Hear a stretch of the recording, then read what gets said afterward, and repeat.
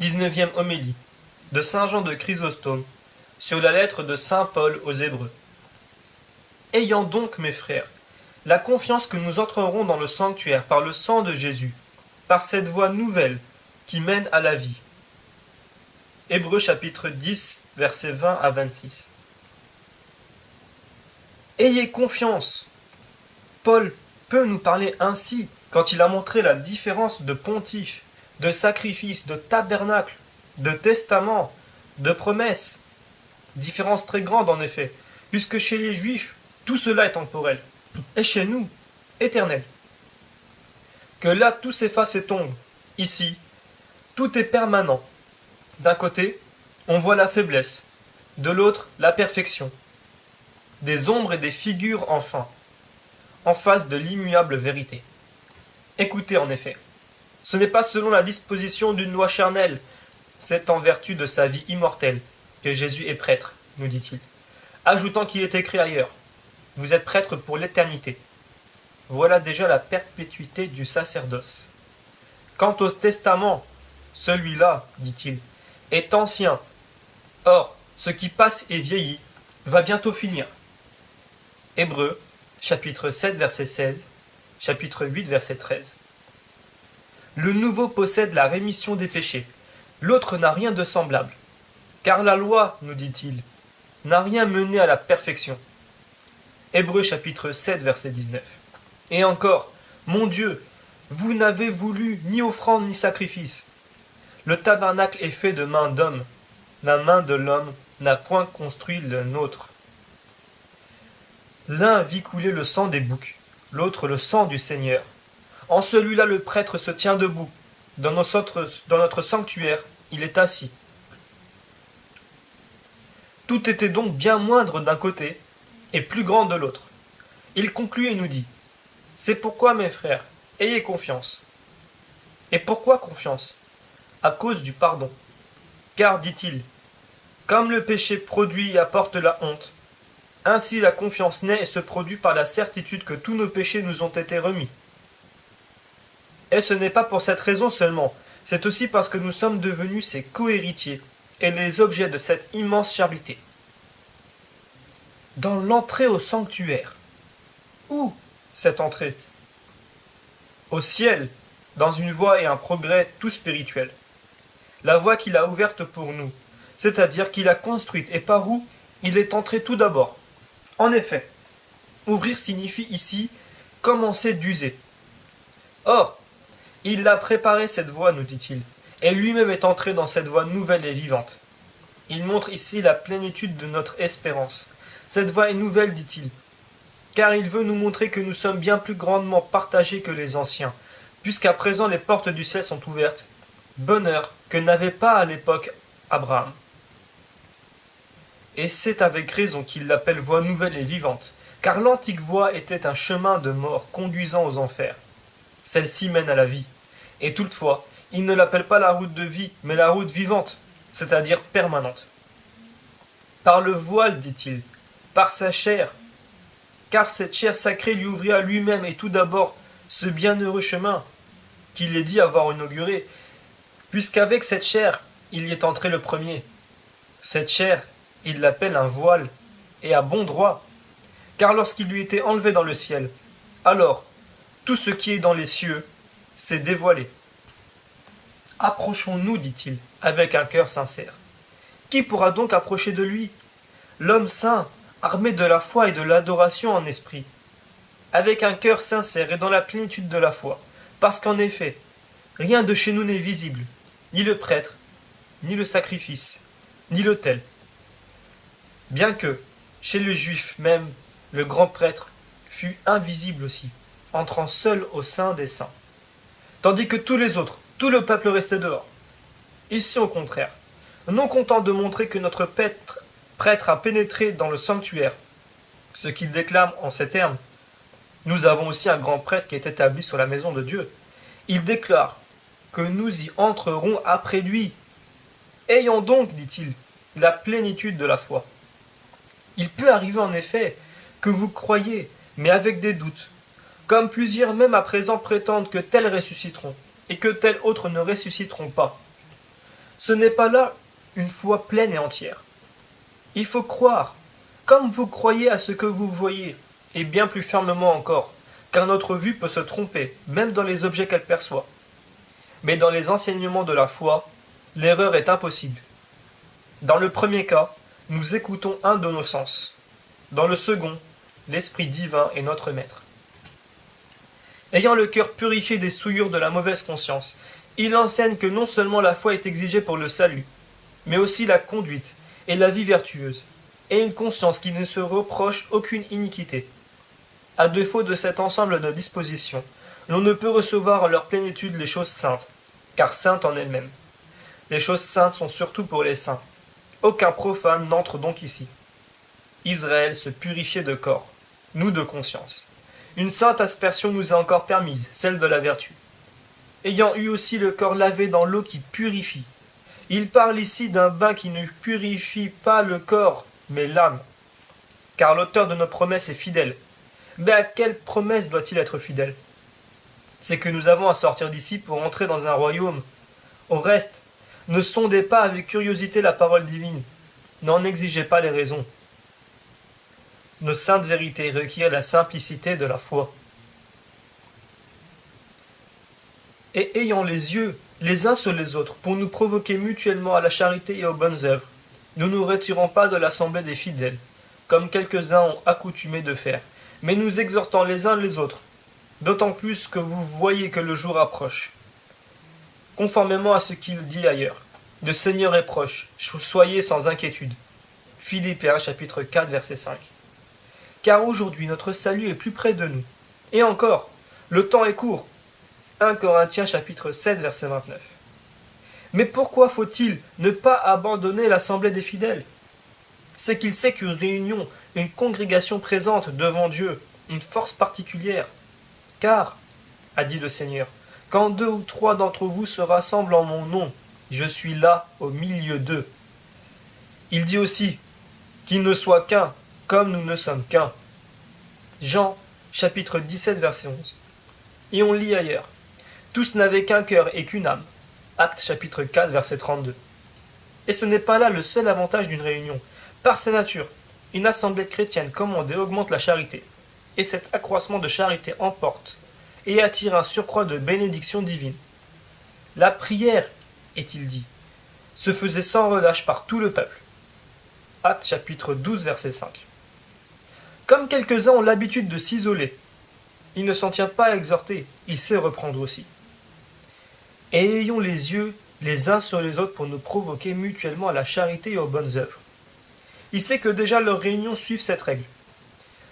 Comme de l'or aiguise le fer, ainsi le rapprochement augmente la charité. Et si une pierre broyée contre une autre pierre fait jaillir le feu, combien plus une âme qui se fond dans une âme? Voyez, il ne dit pas pour rivaliser entre vous, mais pour provoquer votre charité mutuelle. Mais qu'est-ce que cette provocation de charité? C'est le désir d'aimer et d'être aimé davantage. Et vos bonnes œuvres pour en devenir plus ailées. Car si l'exemple a toujours, bien plus que la parole, la force d'enseigner, vous avez bien des docteurs et des maîtres parmi votre multitude même, puisqu'ils paieront ainsi d'exemple. Approchons avec un cœur sincère. Qu'est-ce que ça veut dire? C'est l'horreur de toute hypocrisie, de toute dissimulation. Malheur, est-il écrit, au cœur hésitant, aux mains lâches et paresseuses. Ecclésiaste chapitre 2 verset 14. Qu'aucun mensonge non plus n'ait lieu parmi nous. N'allons pas avoir une parole contraire à notre pensée. C'est là le mensonge. Gardons-nous de la pusillanimité. Ce n'est pas la marque d'un vrai cœur. C'est notre défaut de foi qui nous rend pusillanimes. Comment acquérons-nous la vertu opposée? Si nous savons nous former par la foi des convictions inébranlables. Ayons le cœur aspergé.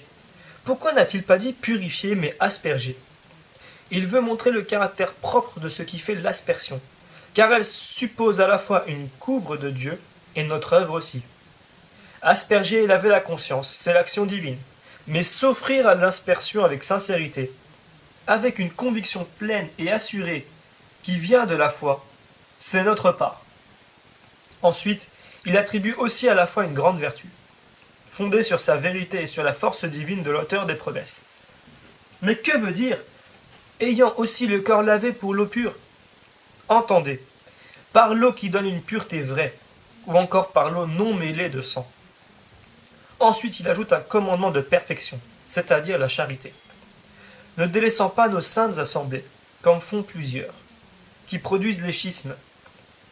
Il le leur défend expressément, car le frère secondé par le frère est comme une ville fortifiée. Proverbe, chapitre 18, verset 19. Mais considérons-nous les uns les autres pour nous provoquer à la charité? Qu'est-ce que nous considérer mutuellement? C'est imiter nos frères vertueux. C'est avoir les yeux sur eux, pour les aimer et en être aimés. Car la charité est la source des bonnes œuvres. Répétons-le donc. Se réunir est chose bien utile. C'est le moyen de rendre la charité plus ardente. Et de la charité naissent tous les biens, puisqu'il n'en est aucun que la charité ne puisse produire. Confirmons donc entre nous la charité, car l'amour est la plénitude de la foi. Romains chapitre 13, verset 10. Aimons-nous les uns les autres, et nous n'aurons besoin ni de travaux, ni de sueur pour nous sauver. Ce chemin, de lui-même, conduit à la vertu, ainsi qu'un voyageur, dès qu'il a trouvé la tête d'une route publique, se trouve aussitôt conduit par elle et n'a pas besoin d'un autre guide. Ainsi, pour la charité, saisissez seulement le commencement, et ce début vous conduira et vous dirigera. La charité, dit saint Paul, est patiente, elle est bienveillante, elle ne suppose point le mal. 1 Corinthiens chapitre 13, verset 4. Que chacun de nous réfléchisse en soi-même sur la manière dont il est disposé pour lui-même, et qu'il ait pour le prochain ce même sentiment. Ainsi, nul n'est jaloux de soi-même, chacun se souhaite tous les biens, l'on se préfère naturellement aux autres. Pour soi, l'on est disposé à tout faire. Si nous avons les mêmes sentiments pour le prochain, tous les maux de l'humanité sont guéris. Plus d'inimitié désormais, plus d'avarice, plus de cupidité. Car, qui voudrait se frustrer soi-même? Personne. On ferait plutôt le contraire. Dès lors, nous posséderons en commun tous les biens et nous ne cesserons pas de resserrer nos rangs. Si telle est notre ligne de conduite, le ressentiment des injures n'est plus possible entre nous. Qui pourrait en effet se mettre au cœur une haine contre soi-même et garder le souvenir d'une injure qui se serait faite volontairement? Qui voudrait se fâcher contre soi-même? Ne suis-je pas de tous les hommes celui à qui je pardonne le plus volontiers? Si donc tels sont aussi nos sentiments à l'égard du prochain, la mémoire des injures est à jamais éteinte. Mais, direz-vous, est-il possible d'aimer son prochain comme soi-même? Si cette charité est sans exemple, vous avez le droit de la déclarer impossible. Mais si d'autres l'ont pratiquée, et il est évident qu'en ne les suivant pas, nous faisons uniquement preuve de lâcheté et de paresse. D'ailleurs, Jésus-Christ n'a jamais pu nous commander ce qui serait impraticable. Il s'est vu bien des chrétiens qui ont même dépassé ses lois. Quels sont ces héros? Paul, Pierre, tout le cœur des saints. Si j'avance qu'ils ont aimé le prochain, je ne fais que faiblement leur éloge, car ils ont aimé leurs ennemis autant qu'on aime l'ami le plus intime. Quel homme au monde, en effet, libre d'aller prendre la céleste couronne, choisirait l'enfer pour sauver ses amis intimes? Aucun. Et Paul, toutefois, l'a choisi pour ses ennemis, pour ceux qui l'avaient lapidé, pour ceux qui l'avaient battu des verges. Quel pardon pouvons-nous donc attendre? Quelle excuse aurons-nous si nous n'accordons pas même à nos amis la plus faible partie de l'amour que Paul a montré pour ses ennemis? Avant lui déjà, le bienheureux Moïse demandait à être rayé du livre de vie, à la place d'ennemis qu'il avait reçus à coups de pierre. Exode chapitre 32, verset 32. David aussi, voyant périr ceux qui lui avaient résisté, disait « C'est moi leur pasteur qui ai péché. Mais eux, qu'ont-ils fait » 2 Rois, chapitre 24, verset 17. Et quand Saül fut entre ses mains, loin de vouloir attenter à ses jours, il le sauva, alors même que sa générosité allait le mettre en danger. Or, si l'Ancien Testament a fourni de pareils exemples, quel pardon obtiendrons-nous, nous qui vivons sous le Nouveau, et qui ne savons pas arriver même à la hauteur où ils sont parvenus? Car si notre justice n'abonde pas plus que celle des scribes et des pharisiens, nous n'entrerons pas dans le royaume des cieux. Et si nous avons moins de justice que ces gens-là même, comment entrerons-nous? Aimez, dit le Seigneur, aimez vos ennemis, vous serez semblables à vos pères qui est dans le ciel. Matthieu chapitre 5, versets 44 et 45. Aimez donc votre ennemi, Ce n'est pas à lui que vous faites ainsi du bien, c'est à vous-même. Comment? C'est que vous devenez semblable à Dieu. Aimez de vous, votre prochain n'y gagne que bien peu. C'est un compagnon de service qui le chérit. Mais vous, en aimant ce compagnon de service, vous y gagnez beaucoup. Vous vous rendez pareil à Dieu. Voyez-vous que le bénéfice est à vous et non pas à votre prochain, car Dieu vous propose la couronne et non à lui. Mais qu'arrivera-t-il si c'est un méchant? Votre récompense n'en sera que plus grande. Vous serez donc reconnaissant à votre ennemi pour la malice qu'il montre encore après vos innombrables bienfaits. Car s'il n'avait été profondément méchant, votre trésor au ciel n'aurait pas si merveilleusement augmenté. Si malice qui vous autorisait à ne l'aimer point est donc vraiment un motif pour l'aimer davantage, faites disparaître votre adversaire, votre antagoniste. Vous détruisez l'occasion que vous avez d'être récompensé. Ne voyez-vous pas comme les athlètes s'exercent avec des corbeilles pleines de sable? Vous n'avez pas besoin de vous imposer ce labeur. La vie est pleine d'occasions, qui vous tiennent en haleine et nourrissent en vous la force et le courage. Ne remarquez-vous pas que les arbres sont d'autant plus vigoureux et plus solides, qu'ils sont plus fortement battus des vents? Chez nous aussi, l'épreuve et la patience grandira, la vigueur. Car, dit le sage, l'homme patient et longanime abonde en prudence. Le pusillanime, au contraire, n'apprend ni ne sait rien. Proverbe chapitre 14, verset 29. Comprenez-vous ce magnifique éloge de l'un et cette grave accusation de l'autre? Il est fort ignorant le paresseux, il ne sait rien. Gardons-nous donc de porter cet esprit étroit et petit dans nos rapports mutuels, car notre malheur ne viendrait pas de ces inimitiés qu'on rencontre toujours, mais bien de notre propre cœur, faible et rancunier.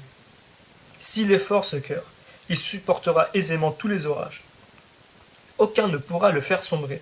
Ils contribueront même à le conduire au port tranquille. Puissions-nous y toucher et aborder un jour, par la grâce et la bonté de notre Seigneur Jésus-Christ, avec lequel soit au Père et au Saint-Esprit, gloire, empire et honneur, maintenant et toujours, et dans les siècles des siècles. Amen.